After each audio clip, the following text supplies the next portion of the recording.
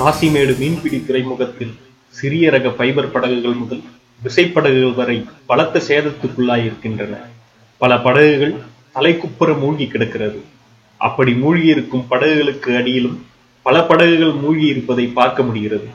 காற்றின் வேகத்தில் ஒன்றின் மீது மற்றொன்று மோதி பல ஃபைபர் படகுகள் சேதமடைந்திருக்கின்றன. 4 போட்டு கீழே இருக்குது. இல்லாமல் வர கீழே வர வலைங்க வரையும் அதிகமாக இருக்குது. வலை கச்சா ஏகப்பட்ட பொருள் உள்ளே கிடக்குது. அப்போ அது எடுக்கிறதா இருந்தால இப்போ நம்ம கிளீனில் தான் கூப்பிடணும். ஏன்னா உள்ளே விட முழுவதுக்கே ஒரு யாருன்னா முழுனா கூட கீழே வலைகளை எல்லாம் வலைலாம் தூங்குதில்ல, அது நம்ம கால் மாட்டினா கூட நம்மளுக்கு ஒரு பாதிப்பு வரும். வேறு எதுவும் பண்ண முடியாது. அதான் முழுவதுக்கே இப்போ கொஞ்சம் தயவுப்பட்டுனுக்குறோம். நான் ஏற்கனவே 2 பேர் செத்துறாங்க. இப்போ இல்லை, அது போன வருஷம் நடந்தது. இதேமாரி தான் காரணம். அச்ச காற்றுல மேலே இருந்த பொருங்க அத்தனையுமே பிறந்து போச்சு. அப்படி இருக்கும்போது நம்ம எப்படி தெரியாமல் கொள்ளாமல் நம்ம ரோட்டில் நம்ம நடந்து போகிறோம், அதுக்கே நம்மளுக்கு கண்ணு தெரியல. தண்ணி உள்ளது நம்மளுக்கு எப்படி தெரியாது? இல்லை, யாரும் இன்னும் வரலையே, இது வரைக்கும் யாரும் வரல. ரூல்ஸே இன்னும் எத்தனை வரல. கேட்டால் என்ன சொல்கிறாங்க, தினத்தனியில் கூட சொன்னாங்க இங்கே ஒன்றும் நடக்கல, நைட்டு 11:30 மணிக்கு கரண்ட் போயிடுச்சு. அதுக்கு மேலே சொன்னாங்க அவ்வளோதான், ஒன்றுமே இல்லை, காசிமேடு நார்மலு அப்படின்னு சொல்லி கொடுத்துக்கிறாங்க. எல்லாம் எட்டி பார்த்து இந்த மீன் இது வரையும் கஷ்டப்பட்டுக்கிறாங்க. காசிமேட்டில் இந்த மாதிரி கஷ்டப்பட்டுக்கிறாங்க அப்படின்னு சொல்லிட்டு பார்த்து தான் தெரியும். இல்லைன்னா பெரிய போடு தக்க இருக்குது. 16 பேர் மட்டும்தான் கரை சேர்த்துக்கிறாங்க. 16 பாறை 17 பேர்கிட்ட கரை சேர்த்துக்கிறாங்க. இன்னும் 30 போட்டு வரல. அந்த 30 போட்டில் என்ன ஆச்சு ஏதாச்சுன்னு அதை நடவடிக்கை எடுக்கல. 1500 டீசலும் போச்சா. இப்போ நாங்கள் ஓனர்கிட்ட ஒரு 50 ரூபா கேட்டால் கூட கொடுக்க மாட்டாங்க. ஏன்னா எல்லாம் டோட்டல் லாஸ். கடலில் குதித்து மூழ்கி இருக்கும் படகின் என்ஜின்களை கலற்றி வெளியே எடுத்துக் கொண்டிருக்கிறார்கள் தொழிலாளர்கள். கடலில் மூழ்கி வெளியேறிய தொழிலாளி இளவரசனிடம் பேசினோம். 2 போட்டு மேலே இருக்குது. உள்ள மொழி பார்த்து 2 போட்டு மேலே இருக்குது. அதுக்கு ஒரு 2 போட்டு கவுர் இப்படி இப்படி இருக்குது, மடங்கி இருக்குது கவுரு. இன்ஜினை மட்டும் நாங்கள் கைட்டு மேலே எடுத்துட்டோம். பேசிக்கிற மாதிரி அதுக்கு எப்படியும் ஒரு 10,000 15,000 செலவாகும்.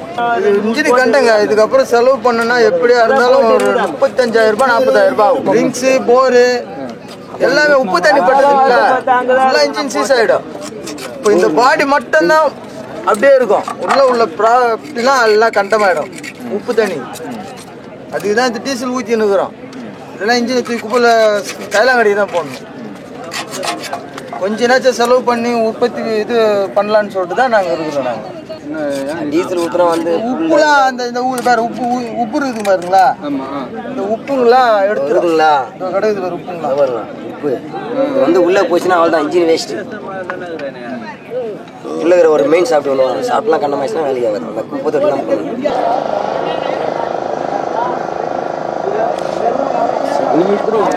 போட்டு 2 லட்ச ரூபா போட்டுனேன். போட்டு நாங்கள் சேஃப்டிக்காக கட்டி போட்டுருந்தோம். சேஃப்டிக்காக கட்டி போட்டு 1 டன் கல்லுக்கு மேலே மேலே போட்டு கவரா திட்டு. அந்த போட்டுக்கு மேலே கல் இருக்கும். கல் கட்டி நாங்கள் என்ன செய்வோம், இங்கே அணித்தில் கவர் இங்கே கட்டுவோம், அட்டி கவர் அங்கே கட்டுவோம். நாங்கள் இத்தனை வருஷம் எல்லா காற்றுலையும் மாட்டிதான். இந்த காற்று மாதிரிலாம் இது வரைக்கும் எந்த காற்றுலையும் மாட்டி கவர் ஆனதே கிடையாது.